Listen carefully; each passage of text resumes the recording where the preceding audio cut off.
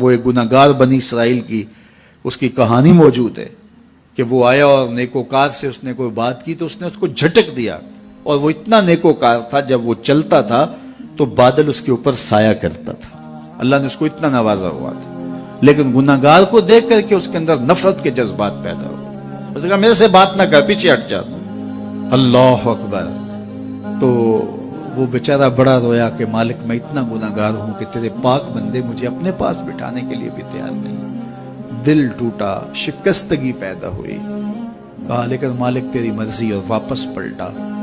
لیکن جب واپس پلٹا تو وہ بادل کا سایہ جو اس نیکوکار پہ تھا وہ سایہ اس گناہگار کے سر پہ آ گیا۔ تو وہ کرم نوازی جس پہ فرما دے اس کے سارے بندے ہیں، تو اللہ کو جو ہے وہ تکبر کی نیکی نہیں، وہ گناہ جس کے بعد عجز پیدا ہو اللہ کو وہ پسند ہے، وہ گناہ جس کے بعد توبہ کے جذبات ابھریں، بندے کو شرمندگی کا احساس ہو۔ تو مت ایسے بنے کہ 4 نمازیں پڑھ لیں تو سب بے نمازیوں کو حقیر جاننے لگ جائیں، تھوڑا سا کام کر لیں، صدقہ و خیرات کر لیں تو باقی مالداروں کو حقیر جانے لگیں۔ آپ کو دین کے کام کی توفیق مل گئی ہے تو آپ دین کے ٹھیکیدار بن کے بیٹھ جائیں کہ میں اتنا بڑا جلسہ کروایا، اب میرے علاوہ تو کوئی یہاں مسلمان نہیں رہتا، میں ہی سب سے بڑا عاشق رسول ہوں اور میں ہی سب سے بڑا مسلمان ہوں۔ نہ، ایسا نہ کیجئے۔ اللہ نے آپ کو توفیق دی، آپ نے لوگوں کو دعوت دی، پتہ نہیں کس آنے والے پہ کتنا کرم ہوا ہے۔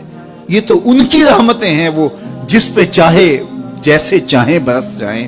ہم کو ٹھیکیدار تھوڑے ہیں، ہم تو نوکری کرنے والے ہیں، ہم تو جوتے اٹھانے والے ہیں۔ ہو سکتا ہے کس کے صدقے میرے والد گرامی مجھے یاد آتے ہیں، وہ مجھے فرمایا کرتے تھے جب گفتگو کے لیے نکلنے لگے اور لوگوں کا ہجوم ہونے لگا، تو وہ مربی تھے بڑے، اور بڑی حکمت کے ساتھ جو ہے وہ کوئی نہ کوئی بات سمجھاتے رہتے تھے۔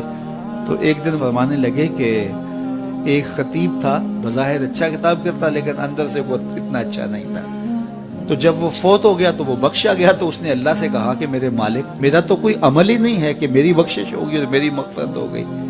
تو فرمایا کہ ہاں ہم تجھے جانتے ہیں، لیکن ایک دن تو کہیں واز کر رہا تھا، میرا ایک بندہ بیٹھا تھا، اس کو پسند آ گیا، میں نے اس کے صدقے تیری مغفرت فرمائی۔ اٹھ فریدا ستیا تے میلا ویکھن جا، اٹھ فریدا ستیا تے میلا ویکھن جا، وت کوئی بخشیا مل جاوے تے تو ہی بخشیا جا۔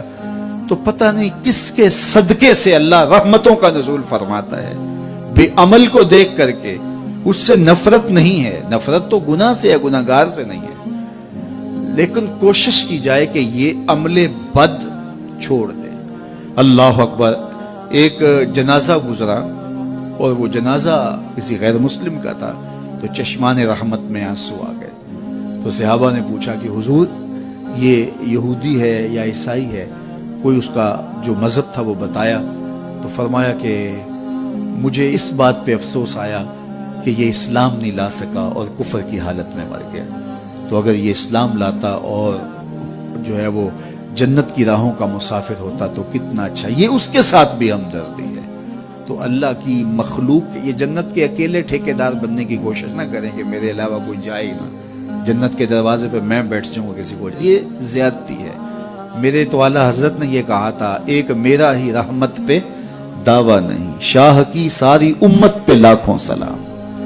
تو اس لیے امت سازی کی ایک تو کوشش کریے، اپنے اندر باہمی چھوٹے چھوٹے نزاع اختلاف، یہ انسانی فطرت ہے، انسان کے اندر طباع کے اندر اختلاف ہے، ترجیحات کے اندر جو ہے وہ اختلاف ہے، اپنے اپنے مزاج کے اندر تفاوت ہوتا ہے۔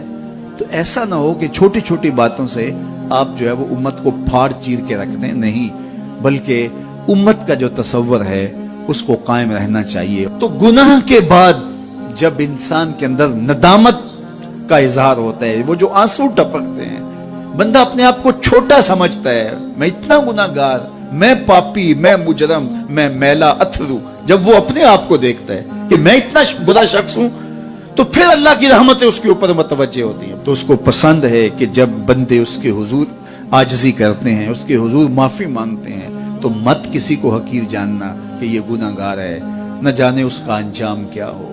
کتنے گناہگار ان کا آخر اچھا ہو جاتا ہے، کتنے نیکوکار ان کا آخر اچھا نہیں ہوتا۔ انما الاعمال بالخواتیم، وہ تھی تو فاحشہ عورت لیکن ایک کام کیا کہ ایک کتے کو پانی پلا دیا، اپنے دوپٹے سے جوتا باندھ کر کنویں میں لٹکایا اور اس کو پانی پلا دیا۔ حدیث پاک میں آتا ہے اللہ اس کے صدقے سے اس کی خطائیں معاف فرما دی۔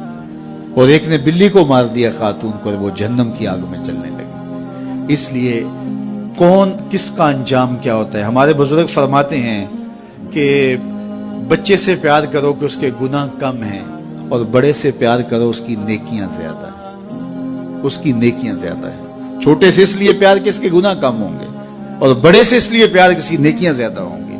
اور اسی طرح جو ہے وہ خیال کرو کہ ہو سکتا ہے اس کا انجام بخیر ہو جائے اور اس کا آخر کتنا خوبصورت ہو، تو مت کسی کو حقیر جانیے گا۔ ایک میرا ہی رحمت پہ دعویٰ نہیں، شاہ کی ساری امت پہ لاکھوں سلام۔ تو حضور کی امت سے پیار کرو، مخلوق خدا کو جوڑنے کی کوشش کرو، اور آقا کریم علیہ الصلوۃ والسلام نے یہ جو امت کا تصور دیا اور کہاں کہاں سے لا کے کہاں کہاں کے افراد کو ایک گروہ میں، ایک جماعت میں اور ایک امت کے اندر پرویا، ایک لڑی کے اندر پرویا، اس امت کو امت ہی رہنے دیا جائے۔ اللہ مجھے آپ کو اپنی پناہوں کا حصار عطا کرے۔